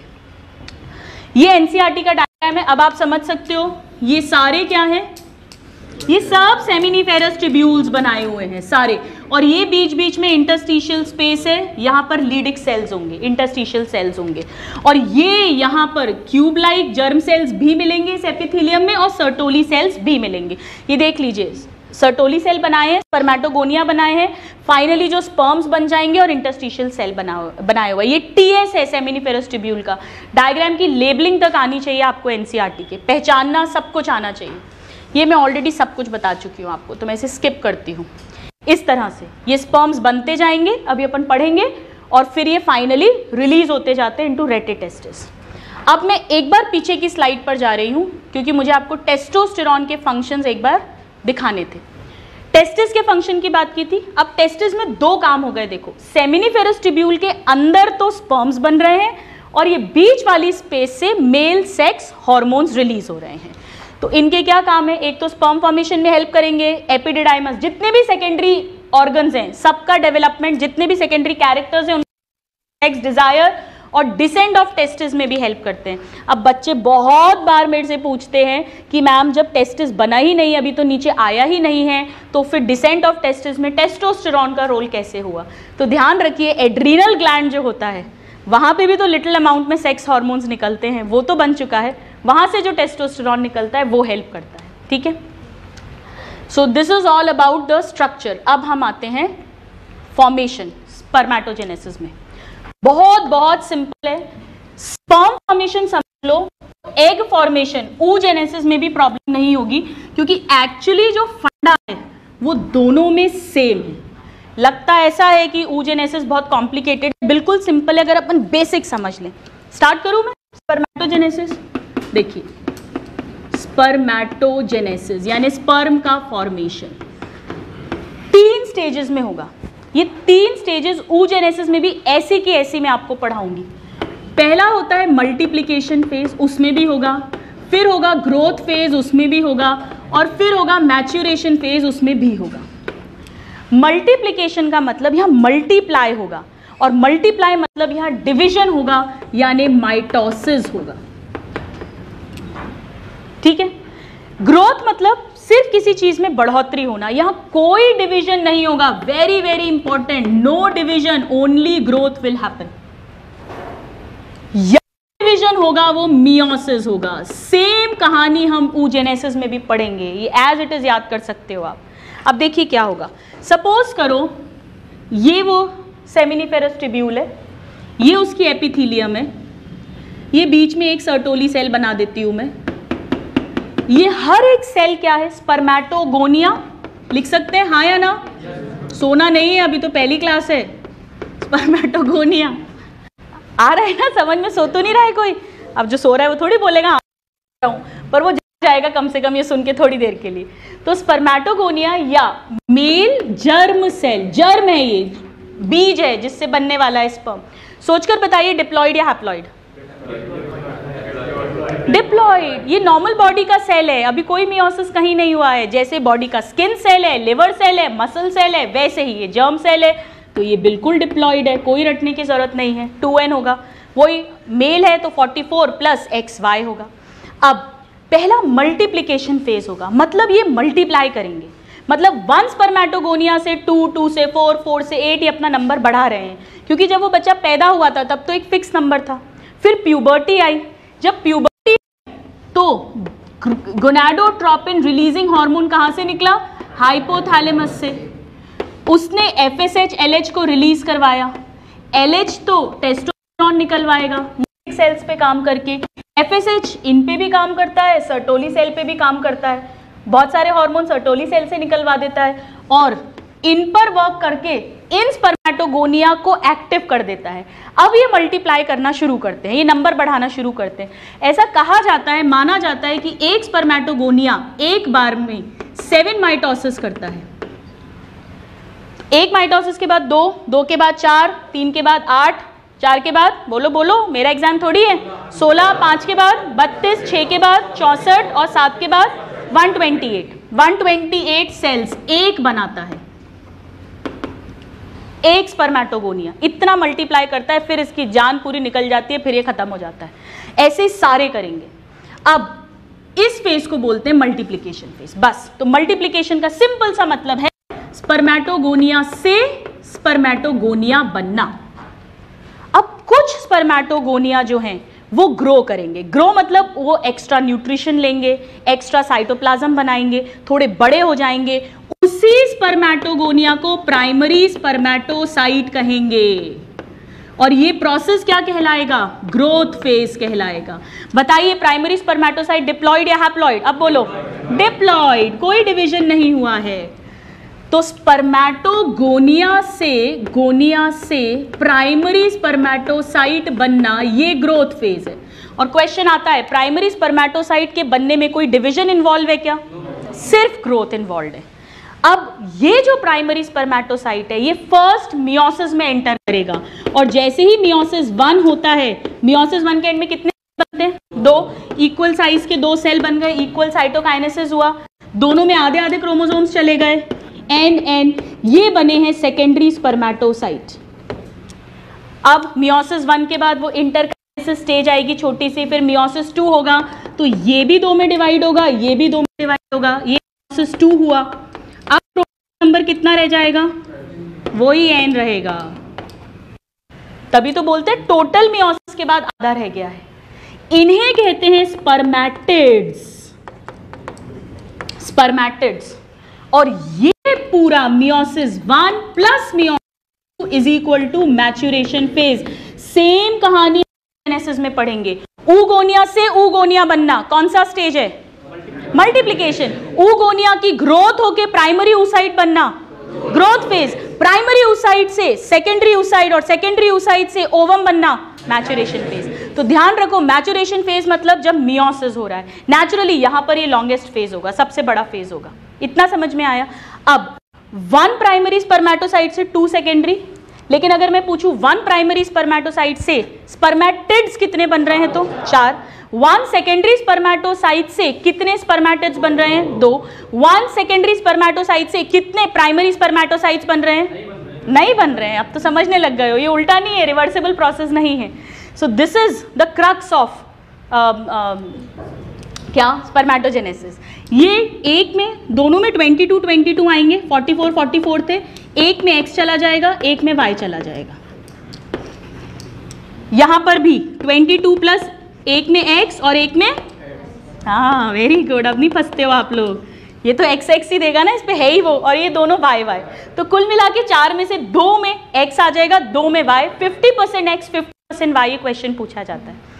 तो इस डायग्राम में यही है, वेरियस स्टेजेस में आपको दिखेगा। अगर आप इस समय सेक्शन लो, कुछ स्पर्मेटोगोनिया के फॉर्म में होंगे, कुछ प्राइमरी स्पर्मेटोसाइट्स दिखेंगे, कुछ सेकेंडरी की स्टेज में दिखेंगे, कुछ से स्पर्मेटिड्स बने हुए दिखेंगे, कुछ में अब ये स्पर्मेटिड स्पर्म में कन्वर्ट होता हुआ दिखेगा और कुछ स्पर्म्स दिखेंगे। देखिए, ये जो स्पर्मेटिड है, अब इसके बाद भी कोई डिवीजन नहीं होगा, इसमें सिर्फ ट्रांसफॉर्मेशन होगा, चेंजेस होंगे। क्यों होगा समझिएगा। स्पर्मेटिड तक सारे सेल्स नॉर्मल सेल्स की तरह गोल, सेल मेम्ब्रेन, न्यूक्लियस, ये 22 प्लस x या y जो भी कुछ है, ER, गोल्जी, लाइसोसोम, जैसा एक टिपिकल यूकैरियोटिक एनिमल सेल होता है वैसा है। लेकिन इसे हमें बल्क में, मतलब 200 to 300 मिलियन एक बार में वेजाइना के अंदर भेजना है। तो हम ये चाहते हैं कि ये एकदम तीर की तरह कॉम्पैक्ट हो जाए। तो हम इसे गोल मोटा सा नहीं चाहते, हम चाहते हैं इसका शेप ऐसा हो, इसकी एक लंबी सी टेल हो जाए, खूब लंबा फ्लैजिला, ताकि ये फटाफट मूव करे। और हम ये चाहते हैं कि इसको कम से कम खाना देना पड़े। भाई हम ज़्यादा एनर्जी नहीं खर्च करना चाहते, तो हम क्या करेंगे, माइटोकॉन्ड्रिया तो रख लेंगे, ATP बनाना है। क्या काम है इसको ER का? हटाओ, ये तो ऑलरेडी बन चुका है, इसको प्रोटीन लिपिड बनाने ही नहीं है, गायब करो। गोल्जी का क्या काम है, हटाओ, लेकिन गोल्जी को यहाँ टोपी के फॉर्म में एक्रोसोम बना देते हैं। न्यूक्लियस तो रखना पड़ेगा, सेंट्रियोल रखना पड़ेगा, तो जो जो रखना पड़ेगा वो रख लेते हैं, जो जरूरत नहीं है उसको हटा देते हैं। ये क्वेश्चन आता है, ER इसमें जैसे नहीं मिलता है, लाइजोसोम्स इसमें नहीं मिलेगा, रिक्वायर्ड नहीं है, ये सब कुछ नहीं मिलेगा। माइटोकॉन्ड्रिया खूब सारे मिलेंगे। साइटोप्लाज्म भी कम कर दिया ताकि वॉल्यूम कम हो जाए, उसका साइज छोटा हो जाए और लंबा सा रहे, तो और यहां पर एंजाइम्स दे दिए जो एग को भेज सकते हैं। तो ये जो चेंज हो रहा है, यहां कोई डिवीजन नहीं हो रहा, प्लीज ध्यान रखिए, यहां पर ट्रांसफॉर्मेशन हो रहा है, बदलाव हो रहा है, इसे ही स्पर्मियोजेनेसिस कहते हैं। स्पर्मियोजेनेसिस बहुत बार क्वेश्चन आया है, स्पर्मैटिलियोसिस भी कई बार बोलते हैं, बट जो आता है एनसीईआरटी में स्पर्मियोजेनेसिस दिया है। ये इस तरह से यहां पर हमें कई सारे देखिए, spermatogonia, primary secondary spermatocyte, spermatid sperms, sperm को ही स्पर्मेटोजोआ बोलते हैं, तो वो भी नेचुरली कैसा होगा, हैप्लॉइड ही होगा। वेरी वेरी इंपॉर्टेंट, ये बेसिक फंडा है, तो ध्यान रखिए कि ग्रोथ फेज और स्पर्मियोजेनेसिस के टाइम पर कोई भी डिवीजन नहीं हो रहा, डिवीजन सिर्फ मल्टीप्लिकेशन और मैचुरेशन, फर्स्ट और थर्ड स्टेज में हो रहा है। मल्टीप्लिकेशन में कैसा डिवीजन हो रहा है, माइटोसिस, और मैचुरेशन में दोनों meiosis is equal to maturation phase. इतना क्लियर है, आगे बढ़ूं। ये एनसीईआरटी का डायग्राम है, देख सकते प्यूबर्टी पर ये सब कहानी शुरू हुई जब FSH LH आए हैं, तब ये स्टोरी शुरू हुई है, इसीलिए एट प्यूबर्टी लिखा है। स्पर्मेटोगोनिया में माइटोसिस हुआ, देखिए यहां पर क्या किया है, यहां पर दो फेजेस को क्लब कर दिया एनसीईआरटी में, ये है मल्टीप्लिकेशन फेज, और उनमें से कुछ डिफरेंशिएट हुए यानी स्पेशलाइज्ड हुए, विशेष बने, ग्रो करके, ये है ग्रोथ फेज, इससे बन गया प्राइमरी स्पर्मेटोसाइट। तो ध्यान रखो, इन दोनों फेजेस को एनसीईआरटी में क्लब कर दिया है, और फिर फर्स्ट मियोसिस, सेकेंड मियोसिस, ये पूरा मैचुरेशन फेज है, फिर यहाँ सिर्फ डिफरेंस, स्पेशलाइजेशन, ये स्पर्मियोजेनेसिस है। इतना क्लियर है, तो एनसीईआरटी में आज जाकर ये चीज नोट भी कर लेना कि इसका क्या मतलब है, और ये आपको लिखना आना चाहिए। ये माइटोसिस, डिफरेंशिएशन, वो ब्लैंक दे देंगे और दे देंगे, तो ये अपने को अच्छे से नोट डाउन करना आना चाहिए, ठीक है। नाउ ये मैं ऑलरेडी सब कुछ पढ़ा चुकी हूँ आपको, ये हम ऑलरेडी देख चुके हैं, आपने खुद ही आंसर कर दिया, मैं स्किप कर रही हूँ, नोट्स में है, एक बार देखना। इस फ्लो चार्ट में कंफ्यूज मत होना, इसमें सिर्फ ये बताया गया है कि स्पर्मेटोगोनिया जो है, एक स्पर्मेटोगोनिया 7 माइटोसिस करता है, यानी एक स्पर्मेटोगोनिया से 128 स्पर्मेटोगोनिया बनेंगी। ये बताओ अगर 128 स्पर्मेटोगोनिया बन रही हैं तो उनसे मैक्सिमम कितने प्राइमरी स्पर्मेटोसाइट बन सकते हैं, 128, और एक प्राइमरी स्पर्मेटोसाइट से 4 स्पर्म्स बन रहे हैं, तो 128 से कितने बन सकते हैं, 512। तो क्या मैं ये कह सकती हूं कि एक्चुअली ओरिजिनल एक स्पर्मेटोगोनिया से कितना चांस है मैक्सिमम स्पर्म्स बनने का, 512। इसमें पूरे में करीब 3 महीने लगते हैं, मतलब वो 7 बार डिवाइड करे, खूब सारे स्पर्मेटोगोनिया बनाए, उनसे प्राइमरी स्पर्मेटोसाइट बने, उनसे फाइनली स्पर्म्स बने, ये 3 महीने। इसीलिए हम लोग जब भी कोई इनफर्टाइल कपल आता है और उसको मेडिकेशन देना होता है, अगर सीमन में प्रॉब्लम है, स्पर्म प्रॉब्लम है, तो हमेशा मेडिसिन 3 महीने के लिए दी जाती है, 3 मंथ्स का कोर्स दिया जाता है, क्योंकि 3 मंथ्स में स्पर्मेटोगोनिया की साइकिल जो है वो चेंज होती है। यहाँ 74 डेज लिखा है, 74 to 90 डेज, ये एक एवरेज होता है। इतना डिटेल हालांकि आपसे नहीं पूछते हैं। अब फटाफट बस एक स्पर्म का स्ट्रक्चर हम डिस्कस करते हैं। चल, स्पर्म जो है 55/5 माइक्रोन होता है, ध्यान रखो, लंबाई ज्यादा है, चौड़ाई कम है, तो 55 क्या होगा, लेंथ या ब्रेथ, लेंथ। और इसके 3 पार्ट्स होते हैं, एक्चुअली 4 पार्ट्स होते हैं, यहां देखिएगा। पहला है सर, फिर ये छोटी सी गर्दन, ये देखो बुक में नहीं, ये मिडिल पीस, और लंबी सी टेल। ये क्वेश्चन आता है, स्पर्म का लॉन्गेस्ट पार्ट कौन सा है, टेल। ये पहला क्वेश्चन है, डायग्राम में ही दिख जाएगा आपको, ये लॉन्गेस्ट है। अब स्पर्म एक सेल है, सेल है तो सेल मेम्ब्रेन है, तो ये एक्चुअली क्या है, मैंने जो बनाया प्लाज्मा मेम्ब्रेन है, इसमें साइटोप्लाज्म भी होगा। हेड में 2 स्ट्रक्चर्स होते हैं, पहला एक्रोसोम जो एक मॉडिफाइड गोल्जी बॉडी है जिसके अंदर एंजाइम्स हैं, हाइड्रोलाइटिक एंजाइम्स, और फिर है न्यूक्लियस, इसमें डीएनए जेनेटिक मटेरियल है। नेक में 2 सेंट्रियोल्स हैं, एक पास वाला एक दूर वाला। अब ये पास और दूर हमेशा न्यूक्लियस से देखा जाता है, तो न्यूक्लियस के पास ये ऊपर वाला है, पास मतलब ये प्रॉक्सिमल हो गया और ये इससे दूर है तो ये डिस्टल हो गया। मिडिल पीस में बहुत सारे माइटोकॉन्ड्रिया हैं और जगह बचाने के लिए उन्हें स्पाइरली अरेंज कर दिया है ऐसा। इस अरेंजमेंट को कहते हैं Nebenkern. Very very very important. और ये मिडिल पीस है और यहाँ माइटोकॉन्ड्रिया, यहाँ से एटीपी मिलेगी जिस कारण ये टेल मूव करेगी, तो इसे पावर हाउस कहते हैं। अब ये टेल है, मतलब टेल के अंदर फ्लैजिला है ऐसा, और फ्लैजिला आप सबने सेल में पढ़ा है, हम भी पढ़ेंगे। 9+2 अरेंजमेंट होता है। फ्लैजिला की बेसल बॉडी भी होती है, एक्सोनीम, तो ये एक्सोनीम यहीं से स्टार्ट हो गया है। एक्चुअली ये जो डिस्टल सेंट्रियोल है, ये सेंट्रियोल है, बेसल बॉडी भी तो सेंट्रियोल होती है 9+0, तो ये एक्चुअली क्या है, ये बेसल बॉडी की तरह काम कर रहा है। इसने ये फ्लैजिला निकाल दिया, पर यहाँ फ्लैजिला ना कहकर एक्सोनीम कह रहे हैं और फिर ये प्रॉपर फ्लैजिला हो जाएगा। तो सेकेंड जो डिस्टल है ये बेसल बॉडी की तरह काम करता है, 9+0 अरेंजमेंट, और पूरा स्पर्म घुसता है फीमेल बॉडी के अंदर, एग के अंदर पियर्स करता है, बाद में ये सब डीजनरेट हो जाता है। ये तो पहले ही फट जाती है, ये फ्यूज कर जाएंगे, फर्टिलाइज, और प्रॉक्सिमल सेंट्रियोल जो है, सेंट्रियोल से स्पिंडल फाइबर बनेगा ताकि उस जाइगोट में पहला डिवीजन हो, क्योंकि एग के पास सेंट्रियोल नहीं होता, हम पढ़ेंगे, ठीक है। बस यही सब कुछ इसमें लिखा हुआ है, सब नोट्स में है। एनसीईआरटी का डायग्राम, ये प्लाज्मा मेम्ब्रेन है, एक्रोसोम और न्यूक्लियस जिसमें जेनेटिक मटेरियल है, ये दो नेक में दो सेंट्रियोल्स हैं, ऊपर वाला कौन सा होगा, प्रॉक्सिमल, फिर ये मिडिल पीस माइटोकॉन्ड्रिया और ये टेल, ये सब हम लिख चुके हैं। ल्यूवेनहुक ने डिस्कवर किया था, ये सब मैं बता चुकी हूँ। अब इसके लिए एक सिंपल ट्रिक है, और ट्रिक ये है, अगर आप लोगों को मालूम हो, प्रेगनेंसी में चेकअप्स बहुत इंपॉर्टेंट हैं, और प्रेगनेंसी के टाइम को एंटीनेटल टाइम बोलते हैं। फिर नेटल मतलब बर्थ होना, नेटालिटी पढ़ते हैं ना, बर्थ रेट, नेटालिटी रेट, और पोस्ट नेटल मतलब आफ्टर डिलीवरी। तो प्रेगनेंसी के 9 महीने में बहुत इंपॉर्टेंट है कि चेकअप्स कराए जाएं, ताकि अगर बीपी बढ़ रहा है, डायबिटीज़ हो रही है, बच्चे में कोई एबनॉर्मेलिटी है, तो टाइम पर पिक हो सके, ट्रीट हो सके। यही हमारी ट्रिक है। Antenatal checkups are must in full pregnancy, 9 months में इंपॉर्टेंट हैं, इससे सारे स्ट्रक्चर्स हमें याद हो जाएंगे। एक्रोसोम, न्यूक्लियस, ये बना हेड, चेकअप्स में सेंट्रियोल्स दोनों नेक में, एक्सोनीम और माइटोकॉन्ड्रिया, ये हो गया middle piece, energy chamber, power house, और एफ से है फ्लैजिला जो बनाएगा टेल। मैं क्विकली रिवाइज करती हूँ। एक्रोसोम में ऐसे एंजाइम्स हैं, हाइड्रोलाइटिक एंजाइम्स, जो एग के लेयर्स को भेदेंगे। न्यूक्लियस में जेनेटिक मटेरियल डीएनए है, कॉम्पैक्टली पैक्ड डीएनए।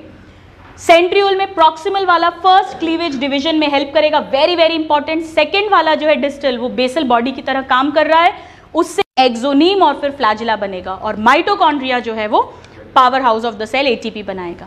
एक और कभी कभी पूछते हैं, ये जो पतली सी लेयर है साइटोप्लाज्म की इधर, इसे मैनशेट कहते हैं, मैनशेट, राइट। सो इसके साथ ही आज की क्लास अपन वाइंड अप करते हैं। नहीं, एक ये तो मैं पढ़ा चुकी हूँ, इसलिए इसको मैं बता देती हूँ। ये बताया था आपको, प्यूबर्टी पे क्या होगा, जीएनआरएच हाइपोथैलेमस से निकलेगा, एंटीरियर पिट्यूटरी से एफएसएच एलएच निकलेगा, एलएच लीडिक सेल पे काम करके टेस्टोस्टेरॉन बनवाएगा, खत्म काम। एफएसएच 2 जगह काम करता है, एक सर्टोली सेल्स जिससे इनहिबिन निकलेगा, जो उसी का फीडबैक इनहिबिशन करेगा, और दूसरा स्पर्मेटोजेनेसिस में भी हेल्प करता है। तो ध्यान रखिए, स्पर्मेटोजेनेसिस डायरेक्टली तो एफएसएच कंट्रोल करता है, बट टेस्टोस्टेरॉन भी हेल्प करता है। इसके अलावा testosterone secondary sex characters and secondary sex organs के डेवलपमेंट में रोल प्ले करता है। और जब भी ये वाले हार्मोन ज़्यादा होंगे, जैसे टेस्टोस्टेरॉन हो गया या एफएसएच ज़्यादा है तो इनहिबिन निकल रहा है, तो फिर ये फीडबैक इनहिबिशन करते हैं। ये क्लियर है सबको या बताऊं? नहीं है तो बोल दो एक जना। चलो, फीडबैक का मतलब ये बहुत ज़्यादा हो रहा है, तो फिर ये ही जाएगा पिट्यूटरी के पास और बोलेगा अब एलएच बनाना बंद करो, या हो सकता है ये सीधे बॉस पे चला जाए, जीएनआरएच ही कम हो जाएगा निकलना, तो एलएच ऑलरेडी कम हो जाएगा। तो ये इनहिबिट कर रहा है, फीडबैक दे रहा है। ये अपना फीडबैक, जैसे क्लास के बाद मैं आपसे पूछती हूँ स्पीड कम या ज़्यादा तो नहीं करनी, ये भी बता रहा है कि स्पीड कम करो या ज़्यादा करो, तो ये अपना फीडबैक दे रहा है कि भैया बहुत ज़्यादा हो गया, रुक जाइए। इसे कहते हैं फीडबैक इनहिबिशन, ठीक है। इसके साथ ही अब हम फाइनली आज की क्लास, ये तो मैं समझा चुकी हूँ, ये सब बता चुकी हूँ, वाइंड अप करते हैं। आज हमने मेल सेक्स सिस्टम या रिप्रोडक्टिव सिस्टम पढ़ा, मैं क्विकली रिवाइज कर देती हूँ। Structure of testis, accessory ductal system, accessory reproductive glands, scrotum, penis को पढ़ा। टेस्टिस के अंदर हमने एलएस ऑफ टेस्टिस देखा, फिर हमने टीएस ऑफ सेमिनिफेरस ट्यूब्यूल देखा, सर्टोली सेल के फंक्शंस देखे, फिर हमने स्पर्म फॉर्मेशन स्पर्मेटोजेनेसिस पढ़ा और फिर हमने स्पर्म का स्ट्रक्चर पढ़ा। बहुत इंपॉर्टेंट है, हर लाइन हर वर्ड पे क्वेश्चन आते हैं, आज जाके लर्न करिएगा। कल 7:55 आओ तो मैं 5 मिनट तक इसके फटाफट आपसे क्वेश्चंस पूछूंगी। See you in the next class. Thank you.